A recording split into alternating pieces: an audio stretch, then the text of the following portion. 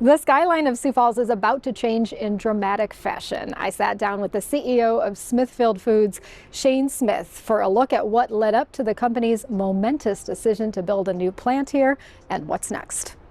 Well, first of all, thank you. This is an incredibly historic day for our community, and something that seems from the outset maybe to come together fairly quickly. Do you recall about when the conversations first started occurring? You thought about renovating that plant for a while. We have, but they shifted at some point. Yeah, so we've been, we've been in Sioux Falls a long time. So that facility is 100 years old, and so as we began over the course of our normal planning and thinking about optimization and technology, really began to come to the realization that we had two choices, right? We either needed to invest significantly in our current footprint so that we could get more automation, more technology in, or did it really create an opportunity to think on a new scale? Were there things we could do that way? And so it's really evolved, I would say, over the last year of how we've thought about investment in our current footprint versus being able to look at it in the context of something new that would allow us to improve process flow, automation, technology, but also to kind of think about it from optimizing a lot of our outside footprint. So some of the other plants where we do things as well. And so we took a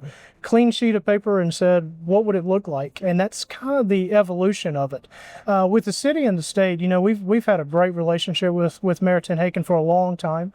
But as we kind of kept them in the loop on how we were thinking, we began to see this opportunity to develop. And so that's kind of how it took place. There was a conversation at one point in this building. I don't know if you were in this meeting, but I believe that city officials looked out over that current property and the contrast between what has occurred here and what is there. Did that resonate with you or with your team? It did, and I was here, and I think it was about the time, I don't remember if this was still being built or it was coming close to fruition, but really the context of that conversation in looking at the current facility is, as we think about renovating that, how do we do it in a way that aligns with what the city's trying to do in the downtown area? And so that was really that meeting is, okay, if you're going to look at this, are there things we can do externally or from a facade standpoint that would help keep the dynamic of what he's trying to do in the downtown area? I don't think people fully realize, I'm sure I don't even, the way technology is evolving in your industry. But I've read about robotics in butchering, for instance, and the AI component of that.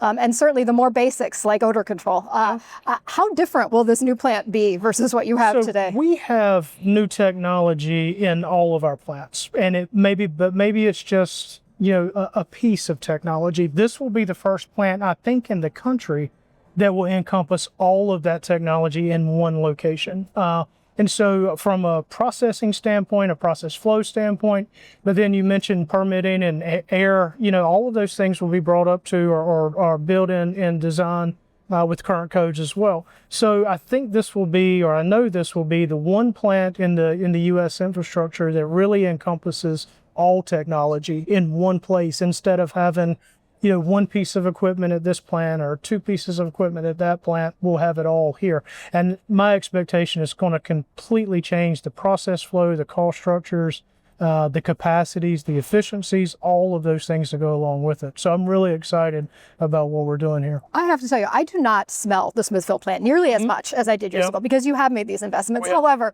when I walked in today, I did. Was that coincidence? We're going to the plant next, and I'm going to ask that same question. Okay. No, it wasn't. Okay. I've had a couple of people mention that to me. But was this by design? Does that maybe the air changed flow. But for those people in Northwest Sioux Falls who may be concerned, how different will their experience be versus what I had? Again, when we talk about technology, it's not just in the manufacturing side. It's in the air systems, it's in the water systems, it's in all of those things that are going to come together to create something people are going to be proud of, whether you live in the surrounding area or in Sioux Falls. It just gives us an opportunity to implement technology that, quite frankly, the facility today doesn't have the infrastructure to support, whether that's low ceilings, whether that's fragmented flows. So we're going to be able to do some really great things here. Now, the mayor mentioned, rightly so, that this was not a given. You have choices, you have options, right?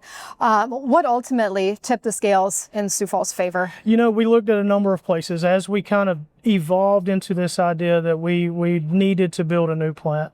We looked at a number of places and had a number of conversations. You know, here at Sioux Falls, I think part of it came back to our history here and our connection to the community, and also the workforce. We have a great workforce here, so that really was the tipping point to kind of say, okay, we know what we have here, and we're really happy with it. So that was, to me, the deciding factor on whether we stayed in Sioux Falls or we moved somewhere else. That workforce is known within your company, aren't they? Yes, they are. They're a great workforce. They're a great workforce. So late 2028, that's aggressive. It is. How optimistic do you feel that you're going to be touring me in that plant, right? Yeah. Okay. So, you know, what we want to do with this facility, you know, we've already been having a lot of conversation about what needs to be in here. We're spending a lot of time on, again, process flow and how the material moves through the plant so we can have the most efficient overall product flow, because every time you touch it, you add cost to it.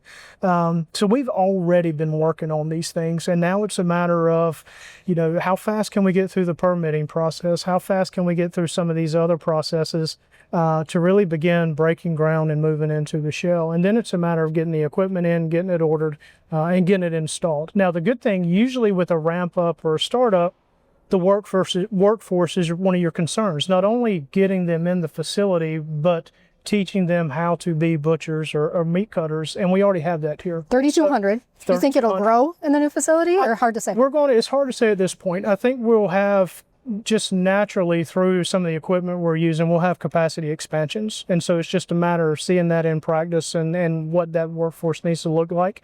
I think our workforce will be a lot more on the technology side, the robotics side, that type of technology that will need people who know how to run those things, fix those things, and keep them running. Well, incredible opportunities for people. It is. And for this community. It will be. I think so. Thank you again. I look forward to visiting hopefully many times in years ahead. Me too. Pleasure. Thank you. Thank you to Market Beat for sponsoring the CEO series. Stay tuned for more conversations with CEOs making news throughout the year. Find them all over at siouxfalls.business.